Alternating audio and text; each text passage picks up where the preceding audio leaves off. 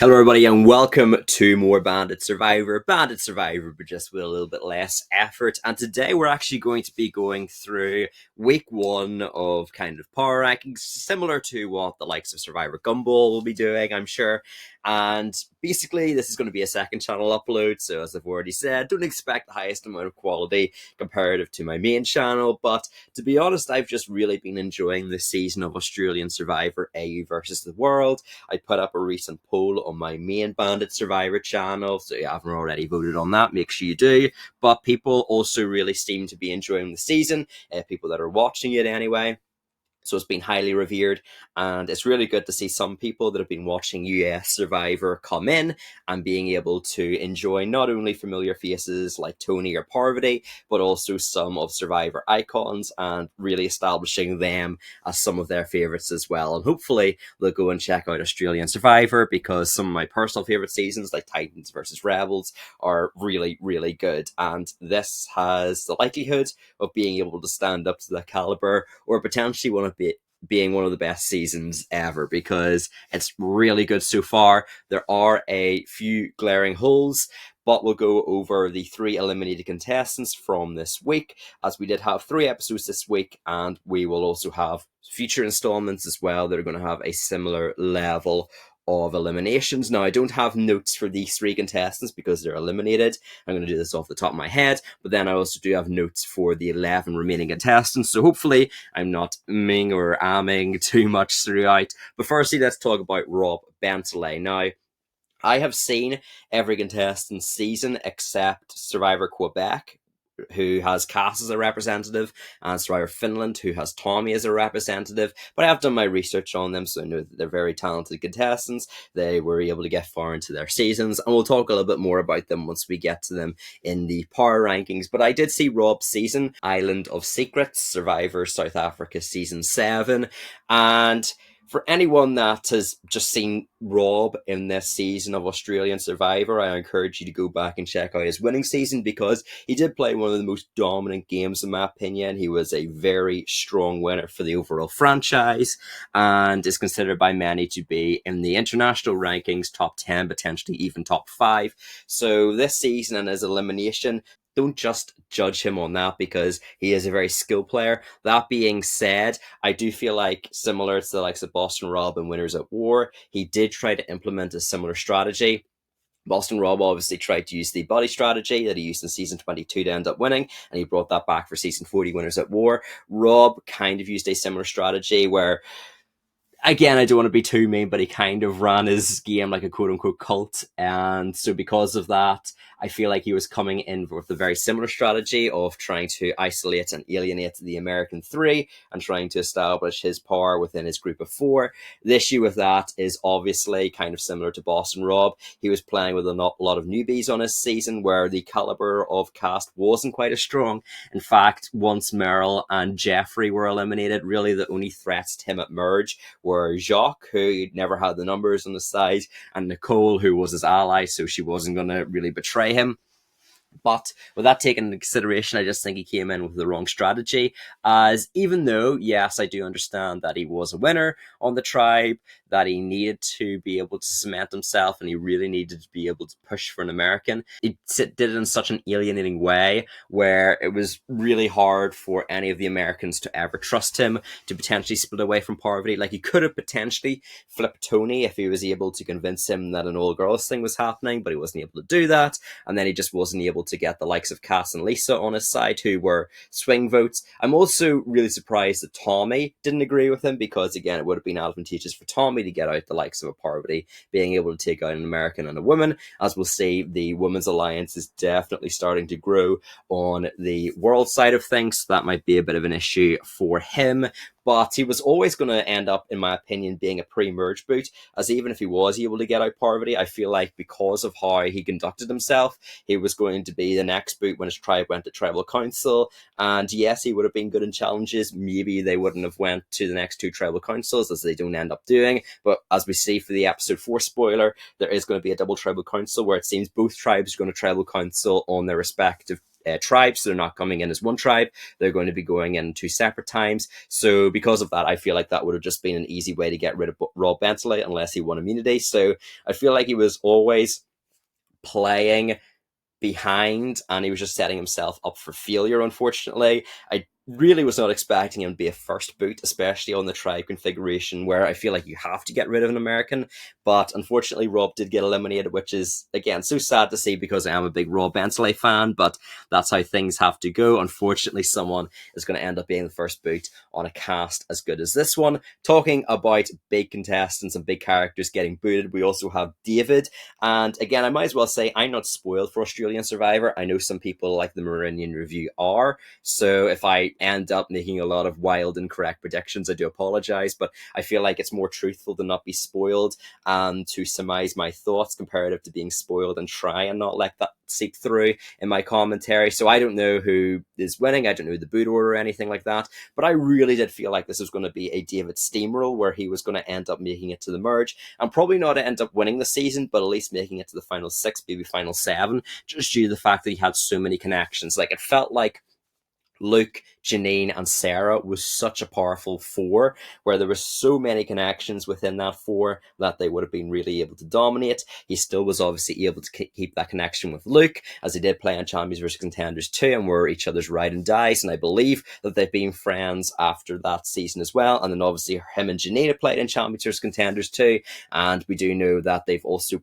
played in, I think it was the Celebrity Mastermind. I think he was a contestant and Janine was one of the judges, something like that. I think it might have been Celebrity The Apprentice. I'm not too familiar with Australian Survivor shows, but irrespective of that, they also do have a long-standing relationship. And it was very surprising to see Sarah give up her relationship with David as well, considering that, again, coming into the season, I knew that they worked together in their modelling careers, so it was even brought up on the show for that point. So it was a bit odd seeing Sarah just completely denounce that relationship, albeit you do have to get rid of one of David, Janine, and Luke, as again, they're kind of the equivalent of the American 3 on their tribe, where they all played in the same season, Champions vs Contenders 2 together, and you just can't let that foster and then get to the next round where they are 3 out of the 6. I know a lot of people have been critiquing David and saying that he should have joined up with George, but really David's strategy is to get his power group of 3 to the final 6. At worst case scenario, they're tied, and they have all the idol finding capabilities. Only really Shawnee has found an idol, whereas all of David, Luke, and Janine have found idols on their seasons. And also because of that, if he gets to the merge, he also has a relationship with Parvati. He has Rob that he could have a bond with. I know he and Tony would probably get along quite well, so they are more advantageous shields for him. Where on the Australian Survivor tribe, I know that George was saying they could be shields for each other, but George isn't really a shield for David. He hasn't ended up winning a season. David was the only winner in a season, so really the only viable winners for David were actually on the other tribe. So again, he just had to make it to merge. He had to make it with Luke and Janine and hope that he could be able to acquire his shields to be able to mitigate his threat level, but unfortunately wasn't able to do so. I've got a full write-up on Reddit, so you can go and check my account for Bandit Survivor on the r/Survivor AU forum if you want to. But I was doing some talks about that, about how even though people were complaining, oh, like you should have went with George, again, I do feel like he had the optimal strategy in mind. It was just unfortunate that it didn't end up working out for him, as even if he did follow through with George's plan, again, George was not budging on the Janine idea. I think it's very clear to see that, so he would have had to take out one of his more loyal numbers in Janine. And are you really going to put your trust in George, especially considering what happens in episode 2 as well as episode 3? So unfortunate to see David go. Again, another massive character and another massive contestant. It was really surprising not to see him and Parvati connecting together, because there was so much talk about Dondi and about their relationship. But a massive blindside. I did not anticipate that David would go pre-merge, but again, that's how the cookie is going to crumble. So he did get eliminated. And finally, we do also have George. And it's really surprising, again, seeing George get eliminated, considering both his seasons in Heroes vs. Villains and Brains vs. Brawn. He did end up going very far. Now, I'm very critical of George's games. I was very critical of his runner-up game in Brains vs. Brawn when he was being celebrated a lot, and a lot of other people, I think like the Meridian Review, had him quite high on his runner-up rankings. I didn't. I feel like he was very dependent on factors outside of his control, namely the episode 1 advantage that allowed him to keep his potential power structure, and then he ended up throwing that away because it's George, and he is dependent on a lot of idol finds, I feel like, because we saw this season that if someone is able to find the idol before George, he doesn't have that backup, and he doesn't have that shield in his pocket that he had in Heroes versus Villains. He had a lot in Brains versus Brawn, especially once the merge happened. So because he doesn't have an idol, his strategy to threaten the people on the bottom was exploited, and he was taken out without any protection. I do think that he is very talented at this game, but I feel like with this being the third time, it is starting to get a bit transparent about what George's strategy is going to be, where he's always going to be very openly complimentary and kind to people that he sees as above him. He was very kind towards David, constantly calling him the Golden God and how incredible he was, and being very complimentary towards Shawnee. But as soon as he sees himself as above people and then being indebted to him, such as Luke or Janine, he's calling them out. He's blowing up their positions to the other tribe. The fact that he blew up Kirby's game in front of David was absolutely insane. I know he was trying to get the votes onto Janine, but I feel like there was way better ways that you could have done that. And again, I feel like we kind of saw in this season the cracks in George's game, and I feel a little bit validated for having him lower down in my runner-up rankings for Australian Survivor, because as we say, this is the potential timeline that we could have ended up in without him having advantages. And I feel like his gameplay style is something that, again, like, I think back to Heroes versus Villains, how he was so complimentary of the likes of Simon on his tribe, and then he just ended up blowing up against Simon and trying to demerit his position, only to end up needing Simon again at the merge and then being, again, very complimentary towards him. And you also kind of notice George, and I'm saying this word specifically not to insult him or whatever, but George tries to be annoying on the seasons where he's like a little gnat. He's just gonna tick away at you and chomp away at you, and it hurts you a little bit and a little bit, and he keeps getting those jabs in and those insults in, and then as soon as you insult George, then he plays victim and he says, how dare this person come after me, that was a personal attack. The Heroes versus Villains, again, he was making a lot of jabs at Simon and kind of made things a little bit personal, especially when he brought up Brains versus Brawn in the season. And then as soon as Simon did it back to George, George made sure to let Simon be known as the bad guy. He was complaining to Shawnee and Liz, saying, how dare he, trying to make himself be the victim. So again, there's those strategies that can be seen as a little bit annoying to a viewer. I know some people were saying that they were very thankful that George has been voted off. That being said, as much as I question his strategy, and I'm not a big fan of his strategy, I do have to admit that George is a phenomenal TV character, and if every season of Australian Survivor had George, I would be very happy. Even though his like ending words could be seen as some people as him being too complimentary towards himself or having a massive ego, George is the face of Australian Survivor, let's admit it. There's so many people that know him first and foremost as the person from Australian Survivor. If you were to ask any person that has watched Survivor US what Australian Survivor contestant do they know, they would probably say George. I think I even did a poll where George ended up winning for the most well-known Australian Survivor contestant. Again, I didn't include Shawnee, so those results might be a bit skewed, but again, he is pretty much the face of Australian Survivor. You're either rooting for him, you're either hoping that he's going to have a downfall, and in either way, he's going to be really entertaining. He's going to get the audience riled up. He's going to get some excitement.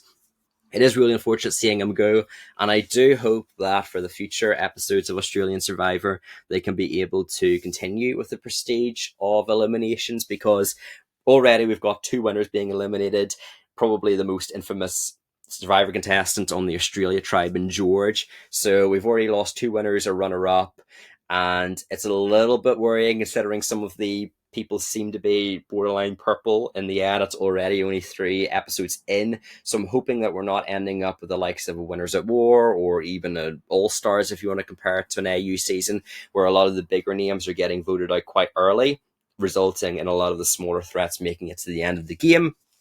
But we are going to be going over the 11 contestants that are remaining anyway and ranking them on their chances of winning the game. Now, again, I am going into this with the Australian Survivor edgic, if you will, or the criteria for the edit, which is basically that they're going to have likely a grandiose edit. Australian Survivor really likes their winners to be well edited and consistently edited, where they're gameplay strategies are always being justified. There was a time in Australian Survivor, namely the first 3 seasons of the reboot, 2016, 2017, and Champions vs Contenders, where the winners were a little bit more under the radar, and the bigger characters were almost likely to be booted around the middle of the merge.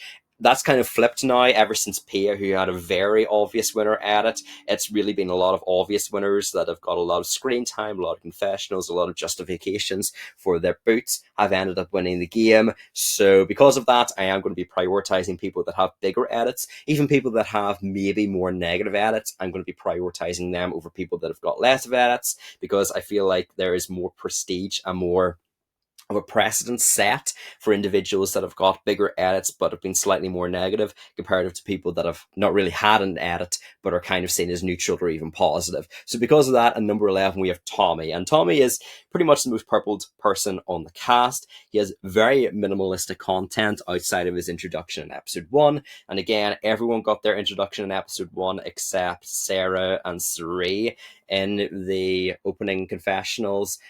So again, not really the biggest pro for him. The only other content that he got was talking about the Force being very big in episode 3, and again, that's not really establishing anything about Tommy. You could have had any contestants saying that, or something that was synonymous with that, and just replacing Tommy. So again, very under-edited. We know very little about Tommy. So a lot of his content also seems cut in favour of Tony, where I feel like Tommy could be getting the content about fearing an all-women's alliance or being potentially on the outs. But again, we get that replaced with Tony, which, to be fair, it's Tony. They're always going to give him a lot of content, but it's a bit worrying that Tommy isn't getting really any of that. And we also have no real allegiances set up. There were opportunities to further explore a storyline with him and Lisa and Cass, or maybe a Tony, but we haven't really had his alliances cemented, and something that Australian Survivor do is cement those alliances pretty early on. So again, not really great for Tommy. The one positive is that he did get content at the start of the episode 1 World Tribe, mentioning that he was a finalist and did lose by 1 vote. So he kind of has a small storyline set up there,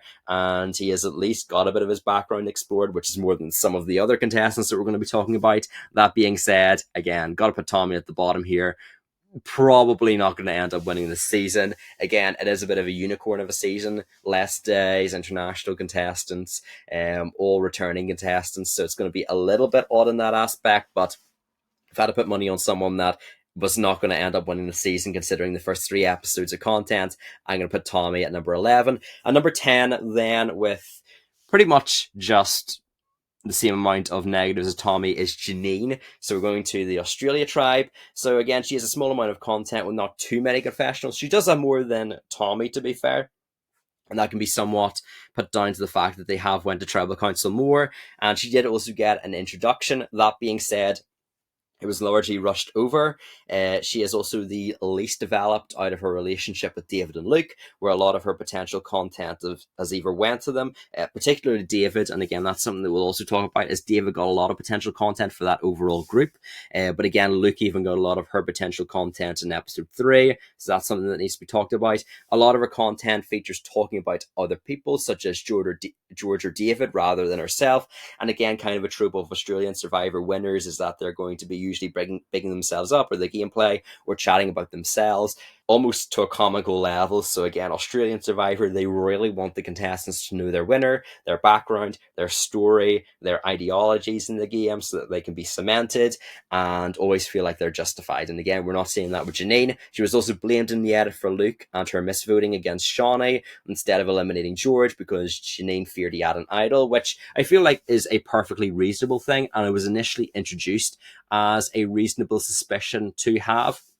where we had content about her wanting to put 1 vote on Shawnee, but then at tribal council she is putting both the votes on to Shawnee, and it makes her seem a little bit paranoid when that storyline is constantly reiterated. So again, not fantastic. We're already seeing her kind of being the scapegoat for Luke's edit, if you will. That being said, she has got a better overall edit than Tommy, is shown a bit more consistently. We actually know who Janine is. She got quite a few confessionals in episode 3, so at least there's that. But overall, again, I don't think Janine is winning this season. She's at number 10 for me. And number 9 then is someone that, again, might be a little bit too low, but I feel like even though they've got good staying power, I don't think the edit is there to back up their win, and that is Cass. So again, Cass, I feel like has a very small amount of content, with their episode 3 content being almost entirely circumstantial and her idol find and rather rushed over. Again, it's she's talking about going through the forest with a stick, and then immediately it's the idol find. We get a little bit of strong content, which reiterate upon later on, but again, not the best. I feel like if it was a winner edit, they would have touched on her finding the idol a little bit more. Kind of disappointing she didn't get any content in episode 1 when eliminating Rob, considering she was a massive swing. In episode 1, we only really get her introduction. And again, considering she was a massive swing who was deciding between the Americans and her international group, it was a bit unfortunate to not hear her opinion as much. She also loses pretty much all her potential content to Parvati, Lisa, or Saray, and is very much set up to be the least important character in that 4. And again, I prioritize edit in the Australian Survivor editing, so because of that, she is going to go down on the winner rankings. And again, that is all pretty negative. And the fact of the matter is that, do I think that Cass is likely to be a boot next episode? No, I actually think she's in one of the safer spots, especially considering that she does have an idol. But again, this is my winner ranking. So again, someone that is higher up on this list could be a potential boot, and there's actually people that I will be talking about that I think are going to be likely boots. But that being said, if they survive the chances where they are most susceptible to being boots, I feel like the edit could carry on for them and they could end up winning. So again, Cass, do I think that she's going to be 9 out of 14 in terms of placement on the cast? No, I think she's probably going to be pretty well set up for the mid to end game. But that being said, I just don't think she has the edit to warrant her getting to the ultimate win. She does have a few positives, though, a few more positives than Tommy and Janine, which is why she's higher than them. We know about her story of riding a strong alliance with loyalty to the end, but she ends up losing to her friend in Survivor Quebec. So again, we get that reaffirmed in episode 3. We get it touched on in episode 1 about how she's a threat. So that's good content, at least. She also found an idol, which again should provide her with objective longevity, especially considering it's a base idol. It doesn't seem to have any sort of requirements to it, like Parvati's idol. So because of that, again, it's more of an objective idol that she can use and have guaranteed safety. And her inclusion in the all-women's alliance is good, especially considering she seems to be above Lisa in the hierarchy, where it is her, Saray, and Parvati that found the key. They're chatting to each other. It seems like Lisa is kind of that fourth figure that's being looped into a lot of different things. So because of that, I feel like she is slightly higher in the pecking order if it comes down to it. But again, I just don't feel like she has the edit, especially compared to Lisa. So because of that, she's down at number 9. Number 8 then is actually my preseason winner pick. So again, proving that I'm not spoiled, because again, I don't think their chances of winning the season is too great. That being said, there's actually quite a lot to talk about her here. I think she's actually got a lot more to talk about than the next 2 or 3 people we're going to be discussing, but that is Sarah. And straight up, Sarah is giving me major runner-up vibes. That being said, I feel like we also do have the potential of her getting a downfall at it as well, as we do get a lot of Sarah is a threat discussion, which is weird considering her season was so long ago, again back in 2016, and she's an 8th placer. She placed the worst on her season. We're getting so much talk about Sarah being a threat, Sarah being schemy, Sarah being untrustworthy, where I'm not even really sure if I would consider, if I was playing on the island with Sarah, her to being that much of a threat or being that schemy, where like she kind of was playing both sides. But there's definitely people, especially on the Australian tribe with the 7 contestants that we do see, that are far more schemy than Sarah. So it's a bit odd to see her getting that style of edit. She also didn't get any introduction in the episode 1 content. However, she is Sarah, so that is a small pro in her to kind of give her, I guess, a silver lining, to give her one kind of little bit of light in the darkness. She is Sarah, and her tribe didn't go to tribal council in episode 1. I know a lot of people are very hung up on the fact that only one Australian Survivor winner hasn't got content in episode 1, and that was Liz. But again, I feel like if anyone's going to be the Liz in this season, it is going to be Sarah, where you've got all these returning contestants like Tony and Parvati and Saray and David that are obviously going to chew up all the screen time. They obviously paid a lot to get them onto the season, so they're going to want to get their pound of flesh out of them.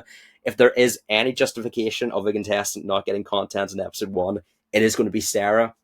And we do, at least in one of those situations, have precedent of the likes of a Liz not getting content in episode 1.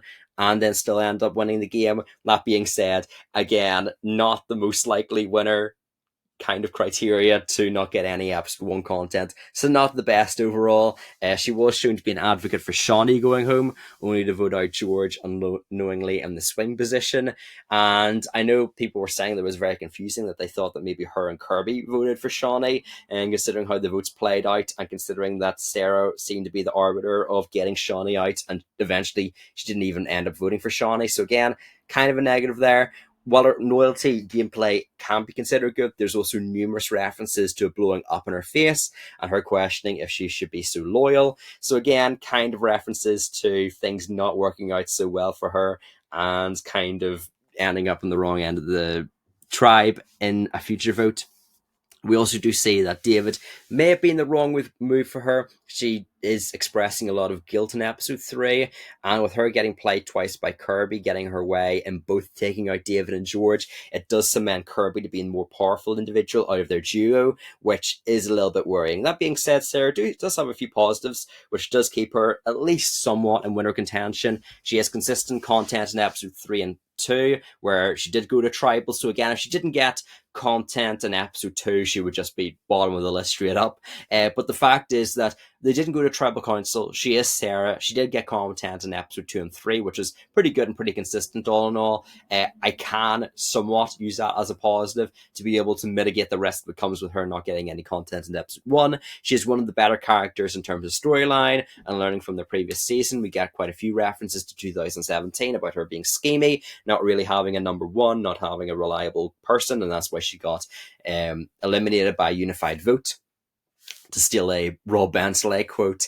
But so because of that, we see why she is so gung-ho on maintaining her duo with Kirby. And she is set up to be an emotional figure where we can't feel bad for her dichotomies, such as voting between David or not and playing loyally or not. So again, there are those aspects of it that are important to discuss. So there is a little bit of positivity to her edit, and ultimately a winner is also going to have some emotional background to them. You're going to feel bad for the winner in certain points. You are going to feel their moral dichotomy. So because of that, Sarah at number 8, I feel like she could potentially be a winner, but she really needs to maintain a good, consistent edit from here on out. And again, even if she does have a consistent edit, I feel like she could be a runner-up, just due to the fact that she's this big no-name that could have been purple edited, that again is getting quite a bit of content. That is also somewhat negative, so it could be a situation where even though she's learned from a previous game, she's not able to fully adapt to this game, and she's just going to get eliminated. And number 7 then, unfortunately, have to put this person quite low, even though I do feel like there is a chance that they can go quite far, and even though I do love them as a person, and that is Tony. So again, quite a bit of content from Tony, not too much in episode 1, but again, we are going to be discussing him. So he is set up to be on the bottom of the female-dominated world tribe, where he does get a lot of content talking about being worried about being at the bottom of it, but not really putting too many plans into motion to stop it, which is kind of weird. He's just saying, oh, I'm on the bottom. And again, they're going to be going to tribal council in episode 4, so maybe he's able to enact a plan, but I am worried for Tony in that aspect. He is played up as a bit of a dodo. Again, it is Tony, but again, there's quite a bit of dodo content for not seeing the unlocked lock on the box, missing the key numerous times, even the camera was zooming in, and also easily being led astray by all the women. He is a 2-time winner on the season, where again, already all the big threat meals have been picked off, so that is kind of an objective argument. Again, it's not really due to Tony's edit, but the fact that David and Rob have already been voted out, not great for Tony, to be honest. He also did have a pretty quiet episode 1, as I was previously talking about, where he only really got one other confessional on top of his introduction. So that is important because it's where the USA contestants get one over on Rob, where they're really able to protect their home country, and a lot of his potential content is instead given to Parvati and Sari in that episode, which isn't great, especially because it's the only episode in this week where they do go to tribal council. That being said, there are a few positives. If there is going to be a natural counter to the all-female alliance, it is going to be Tony. Now, the thing is, I'm not even sure how real this alliance is. We'll talk about that more when we get to the international women. But again, I'm not entirely sold that this all-female alliance is going to be a fully commanding thing as it is set up. So potentially they could give credit to Tony for taking out this all-female alliance, which in actuality might not even exist. And he is shown to be using strategies such as his house arrest strategy, which synergizes with his Winners at War game, again, a season that he won. So we're getting references back to his previous games, him learning from maybe his past mistakes. So that's also good for Tony. That being said, can't put Tony too high, as much as I love him, so he is here at number 7. At number 6, we also have someone that does have a few glaring holes with their edit, but ultimately I feel like they are well positioned and hopefully shouldn't be getting eliminated for a while now, and that is Lisa. So again, Lisa, one of the more under-edited contestants, only receiving content in episode 1. That being said, we do get small check-ins like Sari telling her about the key, plus also her taking Tony away from camp. So even though she's not getting confessionals, she's still getting screen time, if that makes sense. We're still seeing her in conversations and still seeing her enacting plans, which is good. We also do have the fact that, again, they didn't go to Tribal Council episode 2 or 3, so I'm slightly more forgiving in the fact that she only got content in episode 1, considering that's the only one that matters as much for the winner rankings. She does have a very quiet overall edit, that being said, where again, I'm pretty sure she got 0 confessionals in episode 2 and 3, and in episode 1, while she did get a good bit of content, it wasn't insane, it wasn't a crazy amount, and it was just barely enough to keep her in this middle stage where I could see her winning, but she really is dependent. Out of everyone that we've talked about, Lisa's content is most dependent on episode 4 and how well she is showcased in that, as if she gets another 0 confessionals in episode 4, I could very easily just see her not being in winner contention ever again. But again, a few positives. We do get lots of references to Lisa's original New Zealand season, talking about her winning, talking about her being able to take down a threat, and being able to be the last winner before the season's cancelled, so that's good. We also get a lot of content showcased about her being surprisingly good at challenges, which is something that's really weird, and it's even showcased in subtitles as well, like the marooning challenge, as well as her holding onto the episode 3 bag and the bag challenge for as long as she did. It's a lot of weird positive personal content that she's getting, where again, Lisa, even in New Zealand, wasn't the best in challenges, but she was still able to hold her own, and we're kind of seeing that overdriven in this season, whereas we're kind of getting overloaded now with positive Lisa contents about her being so good in challenges. So that's one positive that I can talk about at least. So there is that.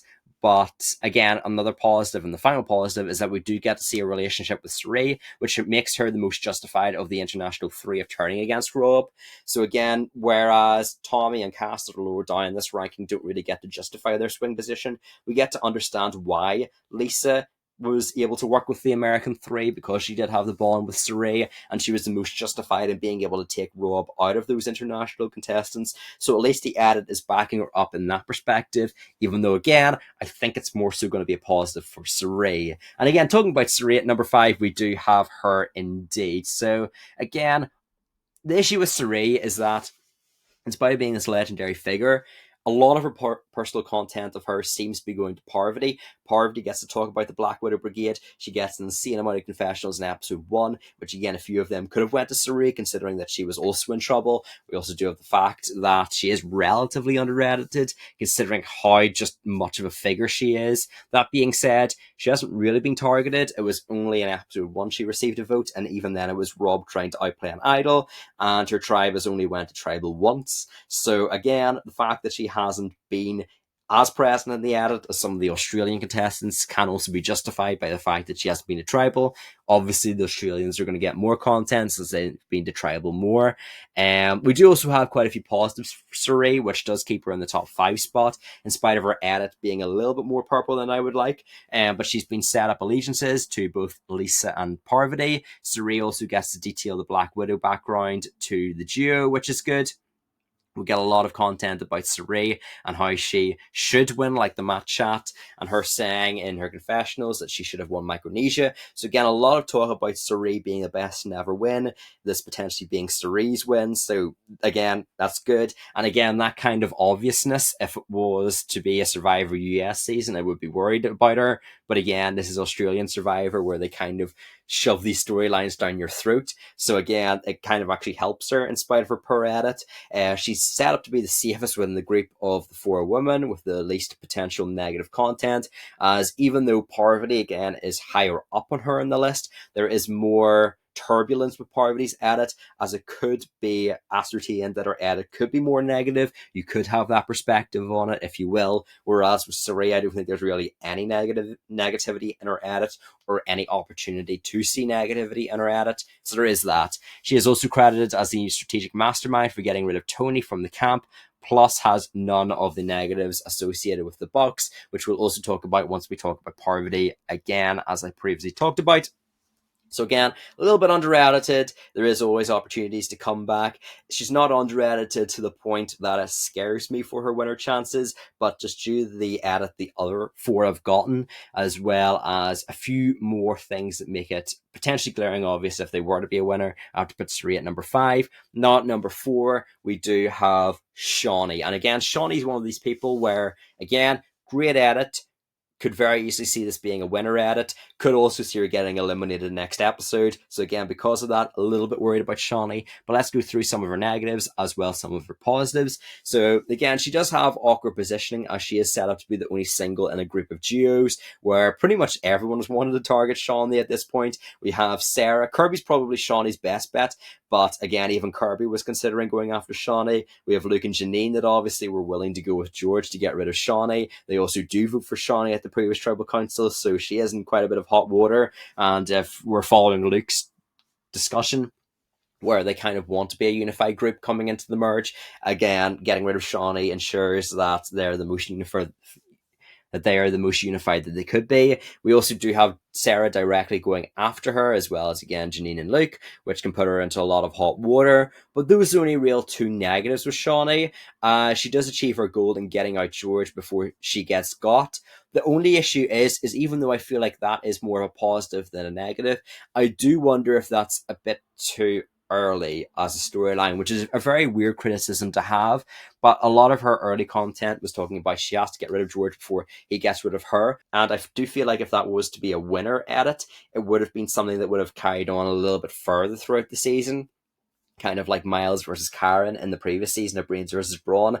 Whereas this time, again, she has this rivalry of George, but it's wrapped up by the end of week 1. So I'm kind of worrying what Shawnee's edit is going to be after this point, considering so much of her storyline was already invested into having to trust George and taking out George before he takes her out, and how far can she go with George. And now all that content has been wrapped up in a nice little bow in week 1. It is a little bit worrying. That being said, she does have other positive content where she is shown to be the main driving force to get the votes onto George. They even included George asking her afterwards if it was her that did it. So again, that's a good bit of positive content that we see in a lot of winners. It's shown to be justified at going after David and George for revenge and getting them both out successfully, even though it was cut out. We also do hear in the episode 2 Tribal Council that she is talking about how George and David got rid of her in a previous season, so it kind of ties into a revenge storyline.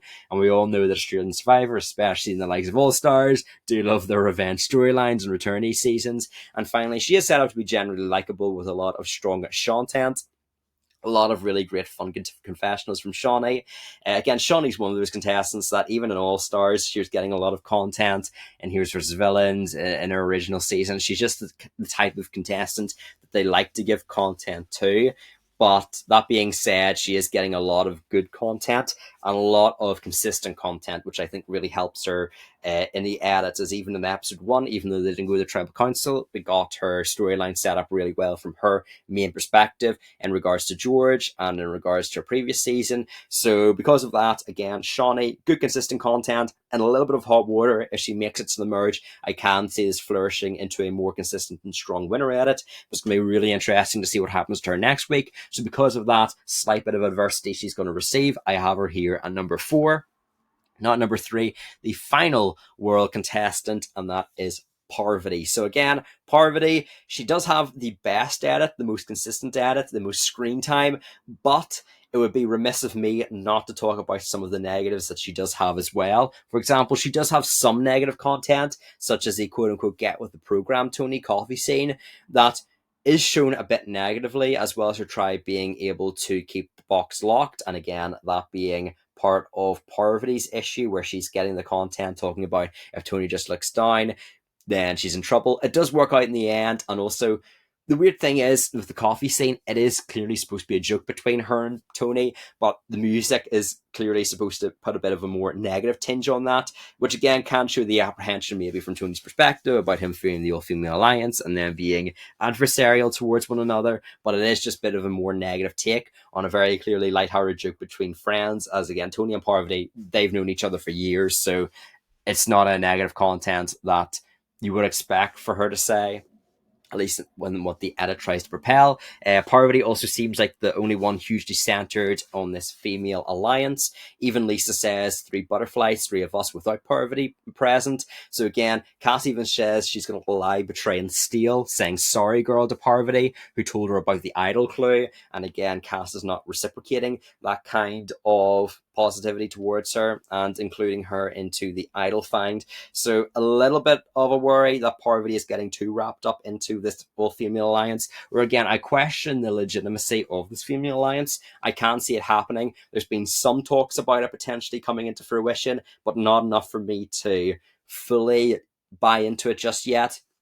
As we do hear from the likes of, again, this is Survivor US, but I feel like it is a comparable example of every season pretty much of modern Survivor US talk about an all-female alliance, and their justification for that is it's something easy just to throw in there as a potential alliance. It only takes a minute to explain, oh yeah, well, these women potentially want to work together in an all-female alliance, and pretty much in all modern Survivor seasons, the all-female alliances have worked out. So again, that is kind of the issue. There is, you get a lot of discussion about all-female alliances and then they just don't go anywhere, so there is a little bit of worry about that. That being said, we have got extremely consistent content both in Survivor scenes plus confessionals about Parvati. We get a lot of camp life scenes, we get a lot of scenes about her in the challenge, especially in episode 3. That being said, the episode 3 challenge was kind of filler. I think you can kind of tell the issues with these very quick format where there's pretty much only 1 day per episode and they have to fill potentially up to an hour and 20 minutes with content. So because of that, you can kind of tell that they did extrapolate that episode 3 challenge a little bit more than maybe they would have.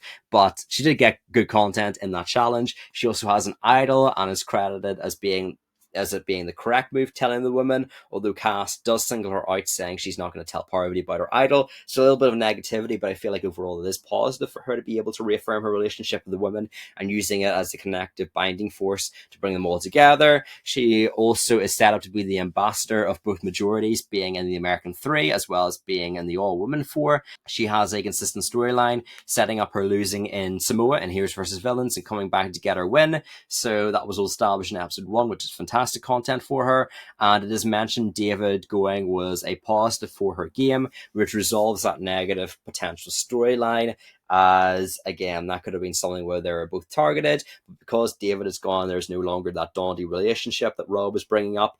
And again, you have to question, why did they put so much effort into talking about Dondi if David's going to be eliminated episode 2? I feel like it is to propel Parvati's edit and potentially repel her winning edit. Again, I can see this being a season that Parvati can end up winning, especially because she was talking about it being her swan song, her final season. And even though we're not going to be talking about the winner edit for this little bit, I am very thankful that they are giving Parvati, I guess, her dues. Winners at War, because of Edge of Extinction, because of 20 contestants, because of all these big winning contestants that have big personalities, it was very hard to give Parvati content. So it did feel a little bit, especially in hindsight, to be underwhelming if it was going to be her final season, to see her getting quite purpled in the edit and not that much content. It feels like Australian Survivor is more of a natural conclusion to her ending, just doing something a bit more fun. International, she's having some fantastic confessionals, so I'm very thankful that the AU editors are giving her send-off like she deserves, especially comparative to Winners at War, that I feel like was less important and was less intuitive towards her ultimate legacy in Survivor. It would have been a bit disappointing to see her end on that.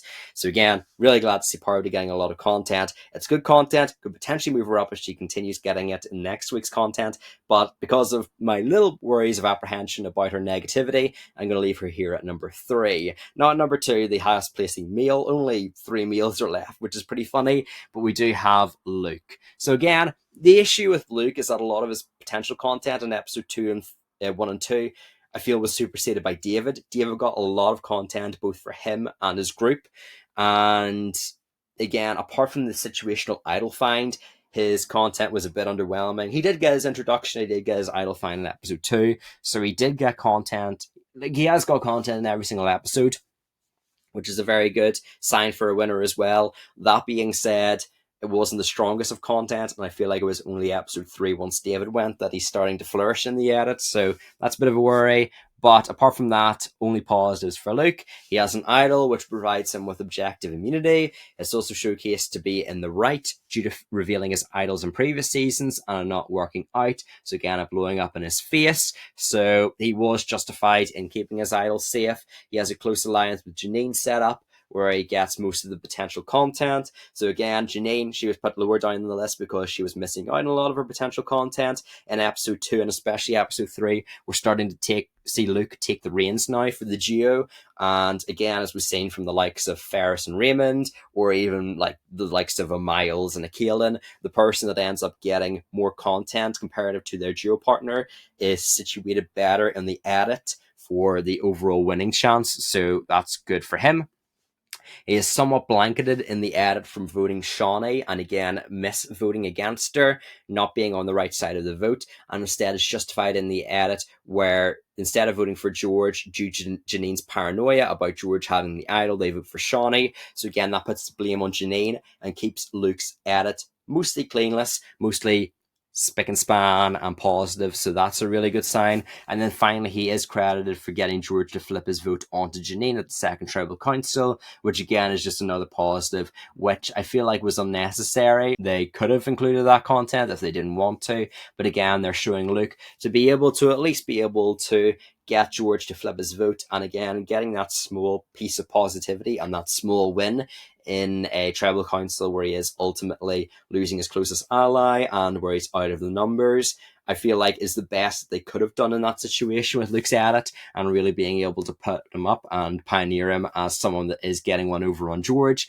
So again, good bit of positivity. I am a little bit worried about his content thus far, though. I do expect him to further himself in the edit and get a lot more content in episode 4 and beyond, but it's just those first 2 episodes where, again, Australian Survivor winners usually get very strong episode 1s and 2s, so because of that, a little bit worried about him, but apart from that, no other nitpicks. I've left him here at number 2. And not at number 1. In my opinion, this person at number 1, there is no one right now that is even close to her. She is someone that, again, I see a lot of very similar other style of edits in previous winners comparative to her. There is one issue, though, and number 1, I do have Kirby. So the only issue I have with Kirby is that there is potential discourse foreshadowed where Sarah is talking about potentially going against her, or at the least them not agreeing at a future tribal council. We have seen where Sarah was saying in episode 3, like she does need to not always follow Kirby's commands and be able to push some votes for herself. We even see her talking about that in episode 4 in the preview trailer. So again, a little bit worried that potentially we could see Sarah going against Kirby and not being quite as loyal of an ally, or potentially even betraying her. But I feel like that is out of the realms of possibility at the moment. I feel like Sarah and Kirby are going to be pretty closely aligned, so that's pretty good. We also have Shawnee calling her the winning ticket right now, which I believe was episode 2, it might have been episode 3, but irrespective of that, AU Survivor have quite on the nose winner edits. Like, if this was Survivor US, I wouldn't really count it, because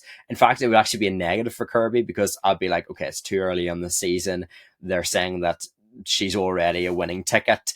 That is too obvious of a winner confessional. But we literally also in Australian Survivor have Pia saying that she's either going to be the first boot or the winner, and she's not the first boot, so she's obviously the winner, and you can tell that by episode 1. We also do get content about the likes of Mark talking about being a winner, Haley getting really positive content in episode 1, Ferris talking about how he wants to take it home for his boy George and win Titans versus Rebels, and he ends up winning. So again, usually you do see those sneaky signs of a winner edit quite early on, and this being Kirby's winner quotes, even though it's not from herself, is a really good sign. She's a lot of weird content set up between Parvati and her bonding, which again, we always get people like Rob and George being called out communicating to the other side, but the fact now that we've had several opportunities now of Parvati talking about Kirby, or talking to Kirby, or them looking at each other and saying, what, or what are you looking at?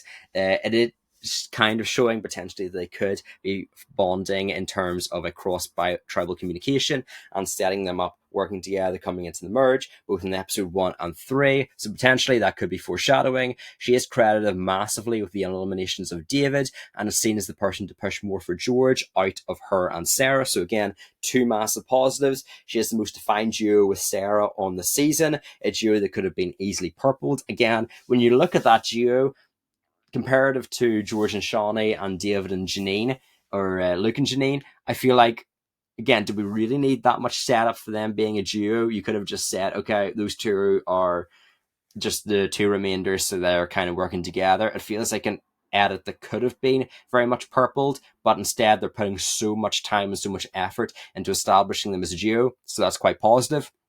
We also have a lot of first-hand positivity from her, as well as second-hand. We have David at the Second Tribal Council talking about Kirby playing an amazing game. We have Janine crediting her for the elimination of David. We have Sarah calling her a big threat. We have a lot of positive content about Kirby, talking about how she's playing well and about how she's playing effectively. So again, a lot of first and second-hand content that, again, synergizes really well with the winner edit. And finally, it feels like the edit is going out of its way to overcredit Kirby with pretty much everything, kind of similar to the likes of David and All Stars or some of the other winners that we've seen, where again she's getting credit for things that potentially aren't even fully in her control, but she's still getting a lot of content and a lot of credit for like taking out David and really pushing it onto George instead of Shawnee. The edit kind of went out of its way to showcase Kirby being the arbiter for getting out George comparative to Shawnee, and as we see, she ends up getting her way over Sarah. So because of that, again, I feel like Kirby is number one and is the most likely to end up winning the season. But leave a like and subscribe if you enjoyed this video. Hopefully on the main channel I'll be able to upload some videos. I currently got my laptop replaced with this current one, so it's running much faster because it's a new laptop. It's an Asus, so I'm going to be able to do a lot better in terms of editing. My laptop won't be crashing anymore, so that'll be fantastic. So you should be expecting more videos coming up soon, and let me know if you want more videos on this channel by commenting down below. Have a good day. Peace!